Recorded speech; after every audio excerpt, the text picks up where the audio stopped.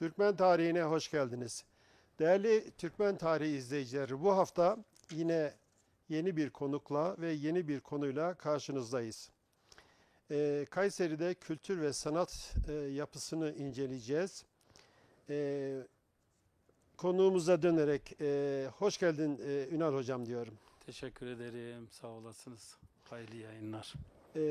Bu bölümde kültür ve sanat tarihi bölümünde Kayseri'deki kültür ve sanat kısmını şair, yazar Ünal Tayfur hocamla birlikte irdeleyeceğiz. Hocam pek çok yönünüz var. Öğretmen, ilahiyatçı, yayın evi dönemi var. Kültür ve sanatla ilgili yapımcılığınız ve çalışmalarınız var Kayseri'de. Bugün itibariyle de ATİP yani Avrupa Türk İslam Birliği Kayseri temsilciliği var. Bununla birlikte diğer faaliyetleriniz de var tabi STK alanlarında. Sizin yüzünüzü ve sizi Kayseri kabaca tanıyor ama yine de şöyle bir tane daha tanımak ister. Peki. Ben 1959 Bünyan Hazarşah Köyü doğumluyum. İlahiyat mezunuyum. Öğretmen olarak 30 yıl görev yaptım ve emekli oldum.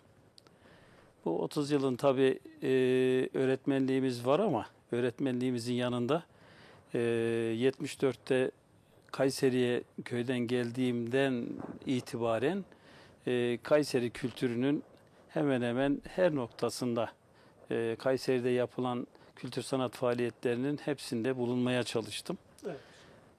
Gençlik yıllarım belki biraz böyle 80 öncesi sıkıntılı geçti ama o yılların da tabii güzel yanları da vardı, bizi sıkıntıya sokan yanları da vardı. Bir bütün olarak bu zamana kadar bir hayat devam etti, geldi. Bu zamana kadar geçirdiğimiz evrede çok gerçekten güzel günlerimiz oldu. İnşallah bunu zaman içerisinde konuşuruz. Şu anda ben Kayseri'de yaklaşık 50 yıldır burada Kayseri'yi tanıyorum. Kayseri kültürünü tanıyorum. Kayseri'deki faaliyetlerin hemen hemen hepsinde bizatihi bulunarak bunu yaşamaya çalışıyorum. İnşallah bunları sanat, kültür sanat ve ayrıca şehrin ruhuyla birleştirerek güzel bir sohbet olur diye düşünüyorum. Hocam çok teşekkür ediyorum. Tabii Kayseri çok önemli bir noktada, kavşak noktası itibariyle ticari ve tarihi ana yolların kavşağında. Kayseri erken Tunç çağından bu yana önemli iskanlar merkezi olan M.Ö. 5000 yıla kadar da uzanan uygarlığa pek çok uygarlığa beşiklik eden bu yönü ile itibariyle Asurlular, Frikliler, Eti, geç Hitit dönemleri, Kilikya, Pers, Kapadokya, Roma, Bizans, Arap dönemi, Selçuklu beylikleri dönemi, Devlet-i Ali ve diğer beylikler dönemiyle birlikte aslında jeostratejik ve jeopolitik yapısı itibariyle, coğrafyası itibariyle Kayseri'nin önemini, yerini biliyoruz. Tabii biz daha önceki bölümlerde Kayseri tarihiyle ilgili, Türkmen tarihiyle ilgili çalışmalar yaptık. Bu haftada böyle bir çay sohbeti şeklinde sizinle birlikte tarih ve kültürünü irdeleyelim istiyoruz. İnşallah. Hocam şimdi tabii Kayseri'ye kültür ve sanat anlamında pek çok katkılarınız oldu. Mesela kas çalışmalarınız oldu.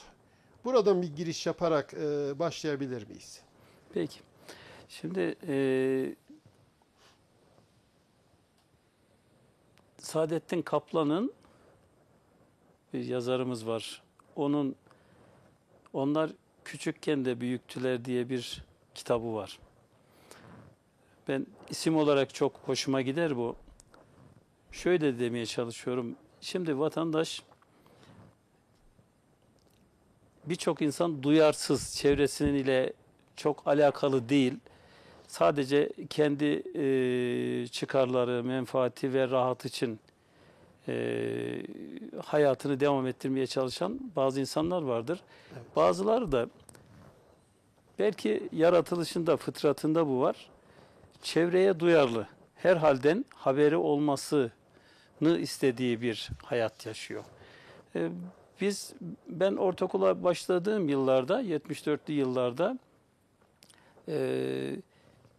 Kayserimizde kültür sanat faaliyetleri için can atan, gerçekten emek harcayan, o konularda sürekli mesela bir Lütfullah Teomanlardan Türk sanat müziğiyle alakalı çalışmalarından, bu tarafta Türk sanat müziğinin dışında kültür sanat, mesela Halit Fikretlioğlu'nun Kayseri tarihiyle ilgili çalışmalarından herkes bir ucundan tutup bir yerlere gelmeye çalışıyordu. Evet. Fakat işin zor tarafı bugünkü gibi değil. Ne çalışmayı gündeme getirecek o zaman bir medya, herhangi bir kanal vardır, ne de çalışmalardan haberdar olacak bir halk, vatandaş çok da duyarlı değildi bu tür şeylere. Biz o yıllarda, hala da var günümüzde ama, evlerde oturmalar vardı. Evet. Mesela ben ortaokula başladığımda Allah gani gani rahmet etsin, bir Türkçe hocam vardı, Mustafa Özkan. Evet. Mustafa Özkan bana orta birdeyken ilk defa Miyyeli Abdullah'ı verdi. Evet. Oku diye. Evet. Ve ardından dedi ki, oğlum, biliyorum ki sen şeyin yok, imkanları yok, kitap alacak durumda değilsin. Ben sana oku, kitabı bana ver, tekrar ben sana yeni kitap getireyim. Böylece bir okumaya başladık. Okudukça ben çevremde daha da insanlarla olan ilişkilerimizi, ya da işte Kayseri'de ben niye varım, Kayseri niye var? Evet. Bunları böyle kafamda sorgulamaya başladım. Şeyle tanıştık. Muzaffer Tok, Allah kanı gani rahmet etsin. O bir dernek kurmuşlar. Onlarla tanıştım. Onlar KAST, Kayseri Sanatçılar Derneği. Bu dernekle beraber biz ortaokul, lise yıllarında da gidip gelmeye başladık ama faaliyetlerin içerisinde biz sadece afiş asıyoruz yahut da gelen misafirleri karşılıyoruz. Tabii Evet, bize düşen yaş görev, itibariyle. tabii bize düşen görevlerimiz ve burada çok uzun anlatmayacağım. Kayseri Sanatçılar Derneği üyeleriyle birlikte ev oturmaları. O Evet. yıllarda gerçekten güzide insanlar, güzel insanlar. Bugün bazıları bizim Azerilerin deyimiyle rahmete gittiler. Onlara yine rahmet okuyoruz. Sağlıklı, şu anda hayatta olanlar var. Onlara da sağlık diliyorum. Hepsi 40-45 yaşlarında, benden çok büyük olanlar. Ben o lise yıllarında aralarını aldılar. Bize yol gösterdiler. Onların sayesinde ben edebiyat nedir, şiir nedir, hikaye nedir, sonra çevremizdeki olup biten hadiselere toplu olarak verilen tepkiler. Mesela o yıllarda şöyle bir sıkıntı vardı. Vakıfların kendi arazileri, mal, mülkü kiraya veriliyor. Hep şöyle bir şey söylenirdi. Ya vakıflardan işte 90 yıllığına, 99 yıllığına bir yer kiralarsan işte ömür boyu orada şöyle olur, böyle olur filan. Ya bir taraftan da biri diyor ki, ya falan yerde bir şey var, medrese var. Vakıfların ama birileri orayı şöyle almış, böyle vermiş filan. Şimdi hep beraber arkadaşlar organize oluyoruz. Diyoruz ki, ya gidip bakalım bu neyin nesidir? Evet. O tarihi bir mekan niye başkasında olsun? Bir başkası diyor ki, kapalı çarşıda falan falan dükkanlar, vakıfların dükkanlarını birileri yağma etmiş. Ya sanki o zamanki insanların duyarlılığı bize de yansıyordu. Biz ister istemez sadece çevremizde kendimize, ya benim rahatım bozulmasın, bana ne, diğerlerin gibi düşünmüyorduk. Evet. Her şey bizi ilgilendiriyordu. Öyle ya da böyle. O yüzden öyle başlamış olduk. Ondan sonra da zaten hiçbir zaman kopamadım. Kayseri'de olup biten bütün faaliyetlerin bizzat içinde bulundum. Vakıf, dernek, birçok vakıfta yöneticilik, birçok dernekte hala hizmetim devam eder. Hocam ellerinize, yüreğinize, gönlünüze, kelamınıza ve dahi kaleminize sağlık. Allah razı olsun. Şimdi Cemre Şiirler diye bir çalışmanız var hocam. Evet. Bunu buradan gösterelim Türkmen tarihi izleyicilerine. Tabii bununla birlikte yayın hayatı çalışmalarınız da var. Evet. Bu yayın döneminde yani Seda Yayınları'nın çıkardığı 27 tane Kayseri'ye, Kayseri kültür ve tarihine verdiği bir çalışmalar dönemi ve silsilesi. 1982 ile 96 yılları arasında çalışmalarınız, emeğiniz var. Hocam bu kitabı okurken dikkatimi çeken, sizinle de paylaştığımız, sizin de bana okuduğunuz bir şiir var. Çok hoş bir şiir. Hem o şiiri paylaşmak istiyorum, hem de bu kitap özelinden genel olarak bu tür çalışmalarınızı bizimle paylaşmanızı istirham edeceğim. Evet. Taç Mahal diye Evet. adlandırdığınız bir şiir.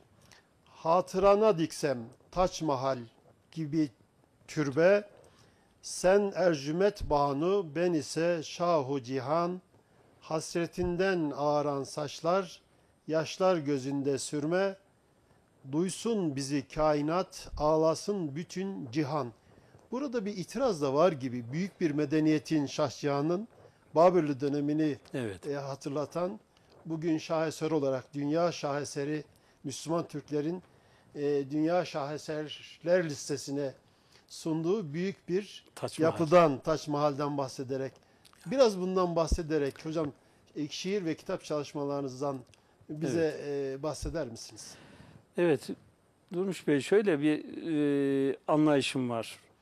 Ben şiir, hikaye, roman ne olursa olsun bütün eserlerin birebir mekanlarla ilişkili olduğunu düşünüyorum. Evet. Yani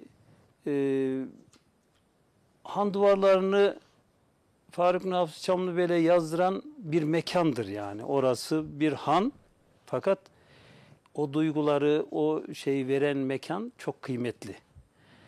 Burada birçok insan, ben her zaman söylediğim bir şey var. İnsanlar şehirleri belki plan olarak, proje olarak, mimari tarz olarak programlayıp bir şeyler yapıyorlar. Ama esas insanları eğiten, insanlara kültür veren mekan, Evet. mekanlar. Evet. Ve bulunduğu yerler insanların kültürünü de yansıtıyor aynı zamanda. Mesela böyle okumayı sevmeyen, düşünmeyi sevmeyen, düşüncelerle arası olmayan insanların bazen böyle kültür faaliyetleri olan güzel yerlere, mekanlara gitmiyorlar. Yani Onlar- el mekan bil mekin, Mekin, demişler evet, değil mi? Yani yani. mekanın da emniyetin insana verdiği Evet, değer var. huzur. Şimdi kesinlikle insanların bakarsınız bir yerde tiyatroya gitmişse bir insan tiyatroda alacağı şeyleri düşünün. Ama hiç buralarla ilgisi olmayan, sevmeyen, okumayı sevmeyen, oralarla işi olmayan insanların da oradan alacağı, feyizleneceği hiçbir şey yok. Evet. Mesela bizde anlatırlar, belki tam yeridir. Bizim köyden bir tane vatandaşı burada büyük sinema, herkesin bildiği, Evet. şimdi orada kullanılmıyor ama oraya sinemaya getirmişler. İlk defa geliyor sinemaya. Girmiş içeri, şöyle bir bakmış ki koskocaman direksiz hangar gibi büyük bir yer. Yanındakine demiş ki, ya demiş, amma samanlık olur bura ha demiş, köyden gelen vatandaş. Evet, evet. Şimdi onun gördüğü, bulunduğu ya da ihtiyaç hissettiği şey O. o. Yani benzettiği şey hakikaten kendi ruhuna uyuyor. Şimdi biz de bulunduğumuz mekanlarda kendi ruhumuza uygun şeyler arıyoruz. Evet. Yani huzur bulduğumuz, rahat ettiğimiz yerler kendi kültürümüzü de, seviyemizi de gösteriyor aynı zamanda. O yüzden Ben eserlerle, yazılan eserler, kitaplar, konuşulanlar, aktarılanlar her şeyle mekanları muhakkak irtibatlandırıyorum. Evet. Mekanlar insanları olgunlaştırıyor ya da mekanlar da o insanlar yok olup gidiyor bir dönem. Hocam, Kendi yani coğrafya kaderdir demiştir bunun evet, üst evet, ifadesiyle evet. birlikte. Girişte söylemiştiniz hocam. Faruk Nafiz Çamlıbel'in Bünyan'la ilgili de bir bağlantısını biliyorum. O ne diyordu Han duvarlarında programdan önce Garibim yapmış. namıma kerem Evet, diyorlar. Aslımı el almış haram diyorlar. Hastayım derdime verem diyorlar. Maraşlı Şeyhoğlu satılmışım ben diyor. evet. O rivayettir. Faruk Nafiz Han'da yatarken duvara baktığında karşıda duvara yazılmış bir dörtlük bu. Evet. Birçokları Maraşlı Şeyhoğlu diye bir şair olduğunu söylüyorlar. Bazıları da mahlas kullanarak Faruk Nafiz'in kendi kullandığı, kendi adını öyle şey yaptığı söyleniyor. Fakat o Maraşlı Şeyhoğlu hakikaten de güçlü bir şair olduğunu ben bir yerde okumuştum. Hocam Türkmen tarihinde Develi tarihini bundan önceki bölümlerde çalıştık. Maraş'taki çok büyük ve kadim kabilelerden Türkmen obalarından bir tanesi Şehli Türkmenleridir. Geldikleri güzergah Dulkadirli'nin içerisinde olduğu için bir katkı sunmak için bir anekdot olarak söyleyeyim. Bugün Bünyan ilçemizle Uzunyayla'da Kenarırmak bölgesi Bozok Sancağı'nda Şeyhoğullarının pek çok kariyede ve kazada iskan olduğunu, meskun olduğunu biliyoruz. Şeyhoğullarının bir özelliği var. Bunlar kendilerini peygamber sülalesine bağlıyorlar. Seyit. Seyit. Bunların bir tanesiyle ilgili Gemerek Eğerci köyünde yaptığımız çalışmada Şeyhoğullarının ellerindeki seceresinin ve delillerinin var olduğunu ben gördüm. Buradaki yapıyla da yani Develi'deki, Bünyan'daki, Kenarırmak'taki Şeyhoğlu kabilelerinin emmite olduğunu, birlikte olduğunu, aynı obanın değişik kazalardaki bölüklerinin iskan olduğunu söylemeliyiz. Buradan şu çıkıyor. Faruk Nefiz Çamlıbel sıradan birisinin dörtlüğünü okumadı. Yani. Yani çok önemli bir, tabii mekanın önemini ortaya koydu. Kayseri kültürü hocam aslında biraz da Bozkır kültürüyle yerleşiklerin kültürünün ortalamasını bize veriyor diyebiliriz. Yani Türkmenler Anadolu'ya gelip yerleştikten sonra taşıdığı büyük bir kültürü, Türk kültürünü 1070 yıllardan sonra Anadolu'yu mekan tuttuktan sonra bu iki kültürü birleştirdiler. Daha önceki Anadolu'da var olan kültürlerin üzerine de bina ettiler bunları. Oradan da tabii nemalandılar. Evet. Pek çok sanatta bunların var olduğunu görüyoruz. Kayseri'deki kültür ve tarihin bir yapısı da bunu bize arz ediyor, gösteriyor zaten. Evet. Fakat bunun üzerine değerli olan belki şunlar. Anadolu'da kurduğumuz bir Türk-İslam medeniyet yapısı var.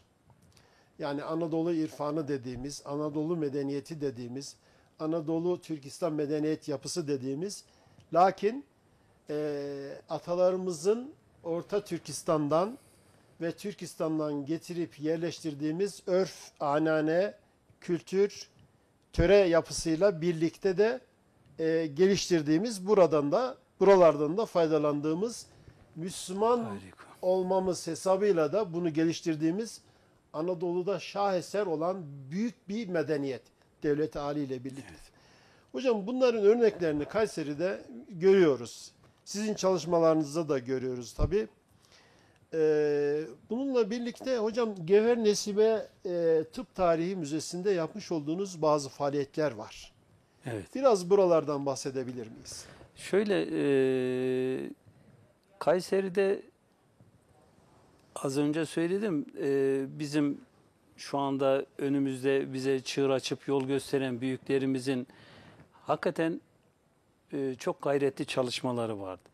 Biz şu anda öyle bir çalışma var mı onu çok bilmiyorum. Mesela üniversite Yani burada da bir parantez açalım. Üniversiteyi önce onu bahsedeyim, ardından da Gevher Nesibe'den bahsetmek istiyorum. Şimdi hala yıllardır, 40 yıldır, 45 yıldır Erciyes Üniversitesi 47 yıl oldu zannediyorum açılalı. Bu zamana kadar hala şehirdeki insanlarla barışık bir faaliyet yapamıyor. Evet. Müşterek bir kültür faaliyeti yapamıyor. Bilmiyorum yani üniversite çok mu yüksekte kalıyor ya da buradaki insanlar ilgisiz mi, ne oluyor, ben bunu anlamış değilim. Ben Biraz milli kültür mü diyelim hocam ona da? Yani milli kültürle aslında akademik yapının birleşmesi mi? tabii ki, tabii ki. Şimdi bir yerde ilim, bilim, bilgi o şehrin, o mekanın aynasıdır. Onda görürsünüz Evet. bütün güzellikleri. Evet. Eğer o yoksa göremezsiniz. Evet. Mesela az önce bahsettiğiniz bu şimdi günümüzde de adına gastronomi dedikleri yemek kültürüyle alakalı belediye başkanımız sağ olsun her sene bir gastronomi fuarı Millet Bahçesi'nde kaç senedir açıyor. Şeyini de biliyorum geçmişinde. Şimdi bunların hepsinin bir amacı var. Şehri sadece yapısıyla, taşıyla, ağacıyla, ormanıyla bilmem ne tanıyamaz. Şehir bir bütündür. İnsan varsa orada her şeyiyle vardır. Evet. Yani burada ruhun isteklerini, ruhu doyurabilmek için sen onun aklına, fikrine, dimağına, gözlerine, midesine, her şeyine hitap edeceksin. Tabii ki. Yani onları birini eksik koyduğun zaman orada birçok şeyi kaybetmiş olursunuz. Evet hocam. Bugün Kayseri yemeklerini, mutfağını tanıtmak için bugünlerde zannediyorum bir yine Millet Bahçesi'nde öyle bir şey açıldı. Evet. Bunlar bir aynı zamanda bizim yazıp çizdiğimiz kadar oradaki gastronomi ya da ona benzer faaliyetler de çok önemli bir şehrin tanıtımında. Şehri tanırsa ne olur? Mesela ben 2 sene falan oldu herhalde bir Güneydoğu Anadolu bölgesine bir tura gittik. Orada Diyarbakır, Mardin, Urfa filan buraları geziyoruz. Buralar hep bizim değerlerimiz. Evet. Ya orada bazı şeyler gördüm. Beni Kayseri'de niye yok bu diğer rahatsız eden şeyler, durumlar oldu. Nedir? Mesela Mardin'de Süryani çöreği diye bir yemek, bir şey yapıyor vatandaş. Bizim burada neye benzer? Herhalde bu bir poğaça türü bir şey, ona benzer ama içinde neler var bilmiyorum. Biz gezdiğimiz yörede bize ikram ettiler. Çok şey yaptım. Çok hoşuma gitti ve Kayserimizde o kadar güzel buna benzer faaliyetler var ki niye yapılmadığını merak ediyorum. Yani biz Kayserimizi maalesef tanıtamıyoruz. Kayseri'de bir Güllük Camii'ni yaşayan insanların, bu çok iddialı bir laf belki ama Kayseri'de yaşayanların %30'una, 40'ına, belki de 50'sine sorsanız Güllük Camii nerede diye bilmezler. Evet. Bilmez. Evet. Halbuki Güllük Camii'ne varıp girse de şöyle sadece mihrabını seyredse oradaki güzellikler kendine çok şey hatırlatacak. Evet. Bunlar tarihsel bağlar. Evet, zaten diyorum ya bir insan köklerini görmeden gelecekle ilgili bir planlama yapamaz ki. Önce köklerine bakacak. Kesinlikle. Oradan aldığı ilhamla geleceğe bir şey yapacak, planlama yapacak. Kesinlikle. Hocam Kayseri kültürü de Türk kültüründe olduğu gibi geleneksel yapılar üzerine kuruldu tabii. Biraz daha eskiye gidersek Alp ve Erenlik yapısından ilham alan bir yapı var burada. Evet. Yani tarihsel köklerimizi düşündüğümüzde bu daha çok geçerli. Lakin hocam hikmet, ahlak ve bilgi elinde tutan toplumlar çağın da ötesine geçmişlerdir. Evet. Türk milletinin kızıl elması aslında bu tür donanımlarda daha ileriye yürüyebilmek, geleceğe yürüyebilmek. Bahsettiğimiz bu geçmişten aldığımız medeniyet yapıları, sanat, kültür ve medeniyet yapıları aslında geçmişten geleceğe bir köprüdür aynı zamanda. Kesinlikle. Buyurun hocam. Özür olsun. Şimdi Buradan hareketle şunu da şey yapayım, kesmeyeyim hocam sizi. Buradan hareketle, kültür yapısından hareketle Erciyes'te de şiir çalışmalarınız vardı. Evet. Bir dönem. Evet. Erciyes Şiir Günleri. Şiir günleri, evet. Şimdi oraya ben üniversiteden sonra geçmeyi düşünüyordum. Şimdi üniversitede hakikaten çok kalite insanlar rektörlük yaptılar, idarecilik yaptılar.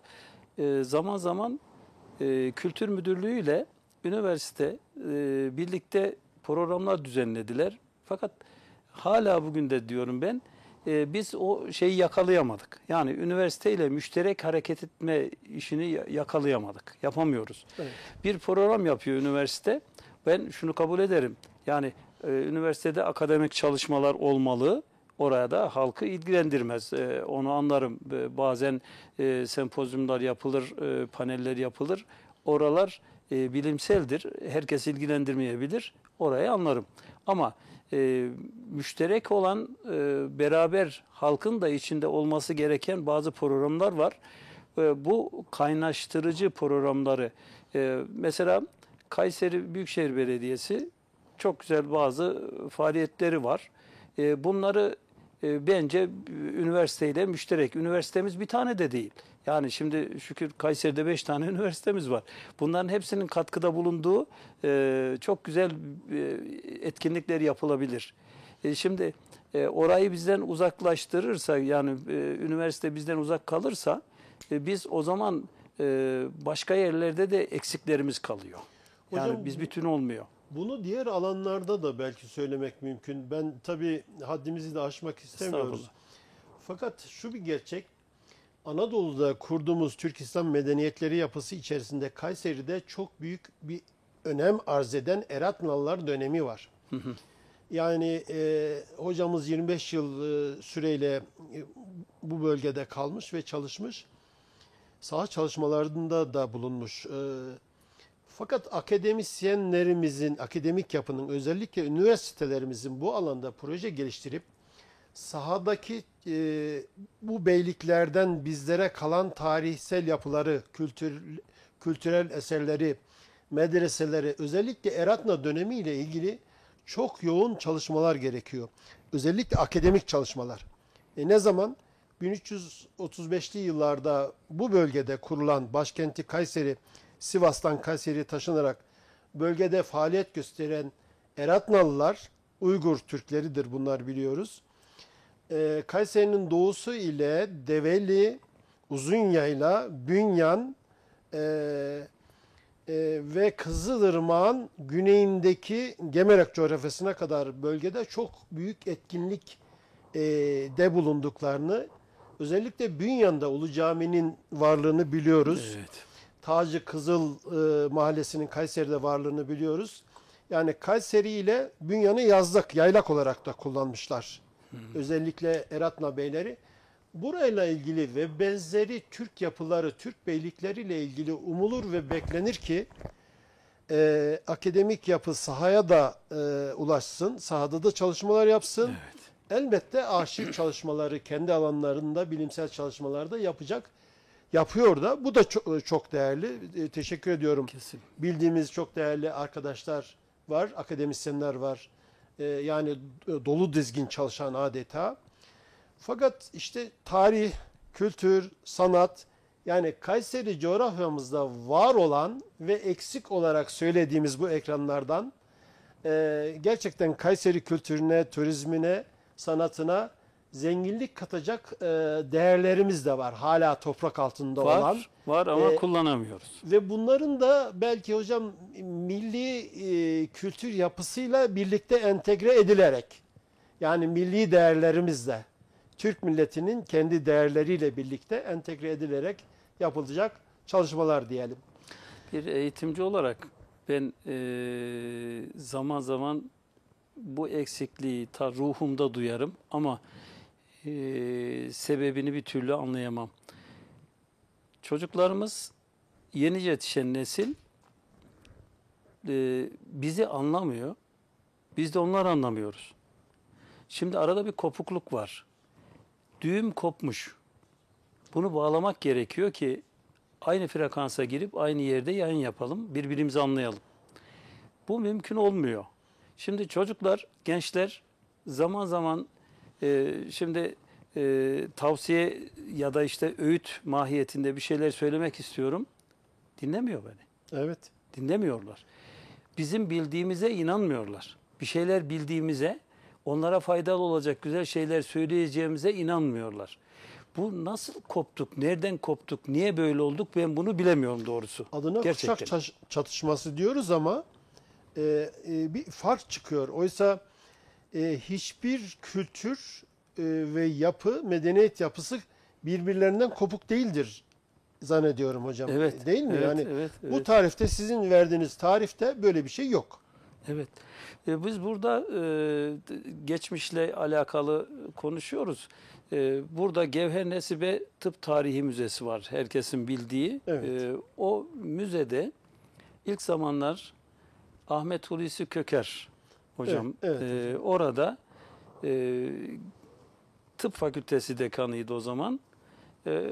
Çalışmaları, Kur'an-ı Kerim'le tıbbın ortak yönleriyle alakalı çalışmalar yapılıyordu. Çok güzel. Bu 82, 83, 84, 85 zannediyorum kaç yıl sürdüğünü tam bilmiyorum şimdi ama oradaki ilahiyattaki hocalarımız işte yine hepsine sağlık diliyorum. Celal Kırca hocam olsun, Kemal Atik hocam olsun, bir şeyde rahmet olsun Mehmet Zeki Duman hocam vardı bunlar filan.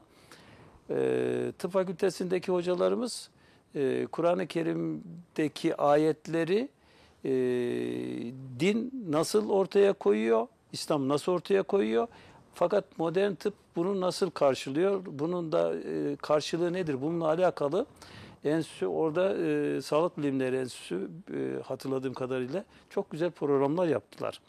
Yani bir jinekoloji uzmanı, profesör, Kur'an-ı Kerim'deki insanın yaratılışıyla alakalı ayetleri alıp hem Kur'an'daki ifadesini hem de modern tıptaki karşılığını bunu müştereken bir sohbet, bir anlayış içerisinde bayağı bir çalışmalar yapıldığını düşünüyorum.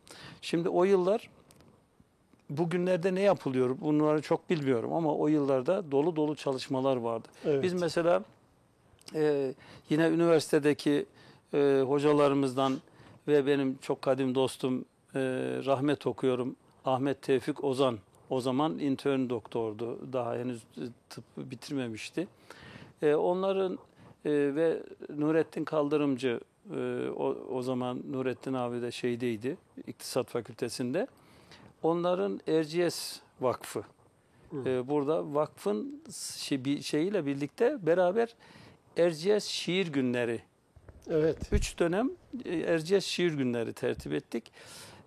Çok sayıda Türkiye genelinde böyle hakikaten bu şiirin çilesini çekmiş, Türk kültürünü yansıtan birebir büyük şairlerimiz vardı. Bunları hep davet ettik. Şiir gecelerine geldiler. Çok güzel programlar yapıldı. Ben daha sonra işte biraz televizyonda, Elif'te, Erciyes'te kültür sanat programları yaptım ama burada gördüğüm şu, her gelen Kayseri'ye davet ettiğimiz yazar, şair, bu insanların hepsi Kayseri'ye severek geliyorlardı. Niye? Kayseri hakikaten Erciyes'iyle, Kapalı Çarşısı'yla, diğer mesela bir cami kebirine gelip de bir insanın orada bir huzur içerisinde, huşu içerisinde namaz kılması çok şey katıyordu bunlara. Evet. O yüzden buraya davet ettiğimiz herkes seve seve geldiler. Şey dışından gelenler vardı, ülke dışından gelenler vardı bazı şiir programlarına.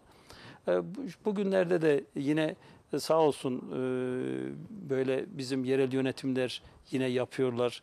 Çok güzel programlar yapıyorlar. Allah onlara kolaylık versin. Geçmiştekilerden daha güzeli olması lazım. Yani tekamül etmesi lazım ki biz bundan daha mutlu oluruz. Tabii. Hocam neden inkıtaya uğradı diye sorsam? Bu Şöyle, güzel bir çalışma çünkü. Şöyle şimdi gelen yöneticiler, benim kendi kanaatim bu. gelen yöneticiler bazı şeyleri engelliyor. Mesela burada Erciyes Üniversitesi rektörlük kurulduktan sonra gelen rektörlerimiz içerisinde bazılarının anlayışı farklıydı. Evet. Yani bir rektör geliyor diyor ki arkadaş ne güzel ya siz tıpçılar Kur'an'ı nasıl anlarsınız diyor soruyor. Onlarla Evet. beraber çalışıyor. Ama bir rektör de diyor ki arkadaş burada din, iman, Kur'an diye bir şey olmaz. Bura modern bilimler siz bunlardan uzak durun diyor. Anlayış farkından olduğunu düşünüyorum. Benim E, kendi kanaatim bu. bu Ondan inkıtaya uğradım. Bu hocam buna ne denir bilmiyorum ama bizim Türk kültür medeniyet yapısını da çok yansıtmadığını şahsi olarak düşüncemi söylemiş olayım. Yani bu sırf yani modern ilimler medeniyet yapımızdan ari değil veya farklı da düşünülemez en azından. Evet. Evet. Hocam Kayseri'de 1000 yıl boyunca üzerinde yaşadığımız coğrafyanın zengin tarihi ve kültür yapısını bağrında taşıdı. Coğrafya, kader ve kültür oldu aynı zamanda. Bu kültür yapısının esasını Türkistan'dan Anadolu'ya taşıdığımız kadim medeniyet ile birlikte Türk-İslam kültür ve medeniyetinin Anadolu'ya vurduğu medeniyet mührü olarak gördük biz. Son dönemdeki yaşayan Cumhuriyet tarihi itibariyle bunu söyleyebiliriz. Bu medeniyet ve kültür mührünü bazen halaylarda, bazen ağıtlarında, bazen annelerin ninnilerinde, bazen Bismillah diyerek toprak ile buluşturduğu tohumda, bazen aşlarında, yemeklerinde, bazen dokuduğu kilimin nakışlarında, bazen sevgi dolu bir bakışta, bazen ahşap zanaatında oyduğu tahta kaşıkta, Evet. bazen örs üzerinde dövdüğü çelikte, bazen büküldüğü bir sağlam bilekte, düşman karşısında korkusuz, imanlı bir yürekte, bazen öğretmenin Türkçesine kendi öğrencisine anlattığı bir dilekte, bazen söylediği bir türkünün dilinde, bazen çaldığı bir sazın telinde, bazen aksakallı dedenin torununa verdiği bir nasihatta, bazen yaşanılan heyecan dolu bir hayatta, bazen kuzunun menemesinde, bazen genç kızlarımızın dilemesinde, dileklerinde, bazen çaresiz kullarında, bazen uzun ve ince yollarında, hasılı kelam, hayatımızın tüm aşamalarında Türk medeniyet kültürünü bu söylediğimiz enstantanelerde görmek mümkün. Kesinlikle. Oysa hocam şimdi akademik yapı bunlar birbirlerine düşman değil. Bir de ben şöyle tasvir edeyim. Tamamlayıcı unsurları.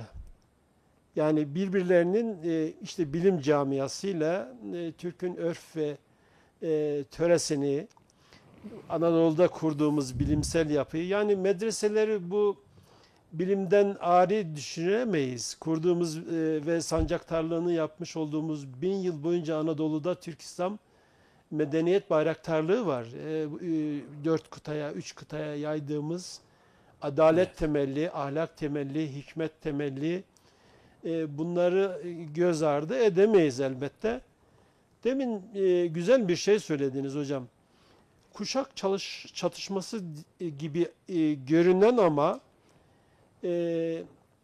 son dönemde bu tasvir ettiğimiz, anlattığımız medeniyet yapılarından biraz uzaklaşan mı acaba, bize mi öyle geliyor veya haksızlık mı ediyoruz bilmiyorum.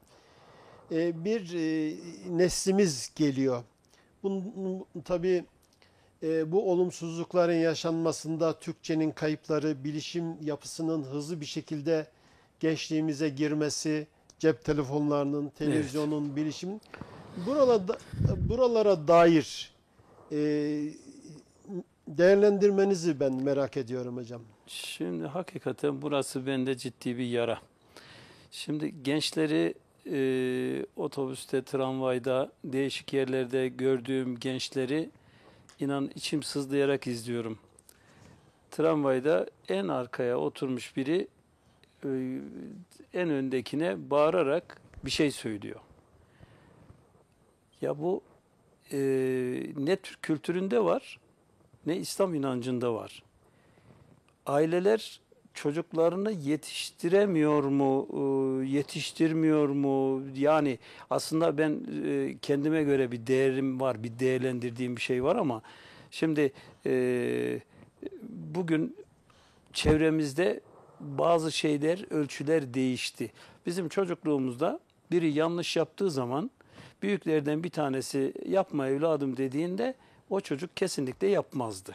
Evet. Şimdi çocuğa yapma dediğin şeyde nereden öğrendi, kim yaptı bunu, nereden çıkarttılar bilmiyorum.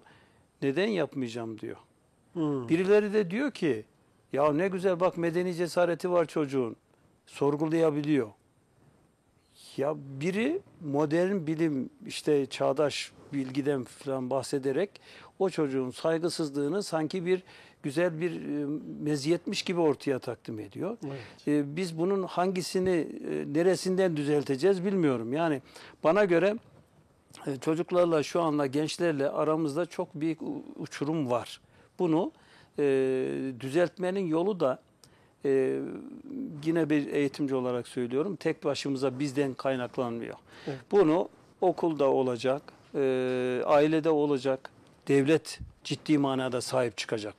Yani bir dönem ipin ucu kopan yerlerden biri bana göre bir bakanımız çıkıyor diyor ki arkadaş öğretmen eğer bir yanlış yaparsa bana şu numaradan ulaşsın öğrenci o öğretmenin kulağını çekerim diyor. Evet. Bitti. Öbür tarafta bir tanesi diyor ki işte ya arkadaş bu çocukların işte eğitimini böyle kızmadan, azarlamadan, bilmem ne yapmadan ya anladık. Azarlamak, kızmak yerine göre bir ihtiyaçça bunu yani tamam tüm pedagoji uzmanları şey yapsınlar, baksınlar bu çocuklara kimse durup dururken kızmasın. Evet. Ama tümüyle de bunları yani karşımıza geçen her insan bize ağzı dolusu küfretmesin ya da konuşmasın. Bu tabii çocukların geleceğimiz biz bunlara emanet edeceğiz. Evet. Biz eğer onların her söylediğine doğru kabul eder ya da ya tamam bir böyle niyet okumayla tamam arkadaş sen güzel söyledin, güzel konuştun ya da çocuğa cesaretini kırmayın bırakın konuşsun gibi böyle eğitim olmaz ki. Evet. Biz edep her şeyin başında gelir. Evet. Ahlak her şeyin başında gelir. Türk toplumu edebini, ahlakını yitirdiği zaman biter. Rahmetli İzzet Begoviç diyor ki bir ülke topla, tüfekle, tankla fethedilmez. Fethedilmez, evet. O ülkenin insanların kültürünü şey yaparsın, onlar o yabancı kültüre benzemeye başladığında o ülke fethedilmiştir. Evet. Bizim şimdi Veya elden çıkmıştır. elden çıkmıştır. Şu anda biz onu yaşıyoruz. Bir nevi öyle yaşıyoruz. Yani atasına, ecdadına küfreden dünyada başka bir topluluk bulamazsınız. Evet. Bizde var. Bizde bir çocuklar kimden alıyor eğitimi, kim söylüyor onlara, kim söylettiriyor bilmiyorum. Ya bir tanesi ecdadına rahmet okuyor, Osmanlı diyor, Selçuklu diyor, onlara rahmet okuyor. Evet. Bir çocuk da onlara ağız dolusu küfrediyor. Ya bu çocuk da bizim çocuğumuz, uzaydan gelmedi. Ama onu nasıl kodluyoruz, nasıl yüklüyoruz, beyinlerini, kafaları nasıl çalışıyor anlamıyorum. Hocam kültürümüzdeki maalesef bu erozyon diyorum ben onu tarım tabiriyle. Bozulmaların ana sebeplerini ben biraz karıştırırken şu yapıları tespit ettim. Müsaade ederseniz paylaşmak da istiyorum. Kültürel erozyon ve kimlik kayıpları. Gençlerimizde özellikle dil konusundaki kayıplarımız. Kültürel mirasın yani demin anlatmıştık uzun uzun bahsettiniz. Evet. Mirasın taşıyıcılığını yapmamız gerekiyor gençlerimizin, özellikle genç neslimizin. Yani mirasın, kültür mirasının taşıyıcılığını kim yapacak? Elbette ki bizden sonra gelen çok değerli istikbalimizi de yansıtacak olan gençlerimiz. Emanetçilerimiz. Evet. Kentsel ve küresel, bunların detayları var ama ben vakit olmadığı için girmeyeceğim. Kentsel ve küresel yabancılaşma, medya ve popüler kültürün baskınlığı, yani milli kültür üzerine bu kültürün baskınlığı, milli eğitimdeki kültürel aktarımın zayıflığı ve zafiyetleri, özellikle bizim çocuklarımız aileden başlar. Aile yapısı üzerine yapılan dış saldırılar ve aile yapımızın çeşitli etkenlerle, bu saydığımız faktörlerde aile yapımızın işte dezenformasyonu, erozyona uğrayan yapıları, Türk milletinde ve Türk medeniyetinde kadim bir yapı var hocam. Evet. Temel taşımız aile. Aile. Aile yapımız. Yani binlerce yıldır bir medeniyet kurmuşuz. Türk medeniyeti, Anadolu'da Türk İslam medeniyeti. Bunun bayraktarlığını yapmışız. Demin söyledik, uzun uzun anlattık beraberce. Bunun temelinde aile var. Evet. Bu çok önemli. Burada kayıplarımız var. Hemen belirtmiş olalım. Küreselleşme baskısı var yine ayrıca. Kültürel çeşitliliğin milli kültürümüz üzerine diğer etmenlerle birlikte baskısı. Hocam, programımızın da sonuna doğru geliyoruz. Bir toparlamanızı istirham etsem. Sonra Evet. da bir şiir kitabınızdan alarak. Evet. Şimdi şöyle toparlayalım. Kültür, sanat, edebiyat, bir köşe yazımda da bundan bahsetmiştim. Evet. Kesinlikle mekanla ilişkisi vardır. Bunun da güzel yanı var. Asla bizim toplumumuzun öz değerlerine, temeline ters değildir. Mesela biz şiir gecesi yapıyoruz, edebiyat toplantıları yapıyoruz. Özellikle böyle tarihi mekanları seçiyoruz. Evet. Niye? Kokusu, dokusu. Ruhuna uygun. Evet. Ruhuna uygun. Biz geçmişte geleceğin bağlantısını kesinlikle mekanlarla özdeşleştiriyoruz. Mekan çok kıymetli bizim için. Evet. Onun için de Kayserimizde çok şükür buna uygun çok güzel mekanlarımız, yerlerimiz var. İnşallah yerel yöneticilerimiz, hatta bu program düzenleyen arkadaşlarımız da bunları göz ardı etmeden, bugün birçok yerde güzel programlar yapılıyor. Onların hepsine teşekkür ediyorum. Ama bununla beraber biraz da hassasiyet gösterilip tarihi mekanlar hem tanıtım açısından hem de ruhuna uygun olması Faaliyetler açısından çok önemli olduğunu düşünüyorum. Değerli Türkmen tarihi izleyicileri, hemen araya girerek hocamın müsaadesiyle bir hatırlatmada bulunayım. Ünal Tayfur hocamın bahsettiği yazısını okudum. Diğer çalışmaları da var. İşte birkaç gazetede köşe yazarlığı yapıyor. İstifade ediyorum. Hocam, ben teşekkür ediyorum bu vesileyle sizin bu Allah razı olsun. çalışmalarınıza. Şair olmamız, ben çok şairlikte iddialı değilim ama işte Yine kaybolmasın diye bir kitabımızı, şiirler kaybolmasın diye bir tanesini çıkartmış olduk. Şiiri çok ezberleyemem ama Muhsin Hocam, Muhsin Cas Subaşı'nın yıllar önce bir şiir sergisi açmıştı. Kendisine selam gönderelim. Sağlık, afiyet Selam olsun. dileyelim. Şimdi o şeyde, şiir sergisinin girişte mısralar şairini yükselten bir kanattır. Çok güzel. Şiiri yazmak kadar okumak da sanattır Çok diye güzel. bir dörtlüğü vardı. Çok severim, bunu her yerde de kullanırım. Şimdi şiiri çok ezberleyemem, çok da iyi okuduğumu da söyleyemem ama yani kısaca bir kitaptan bir şiirde şöyle okuyayım. Sana karşı.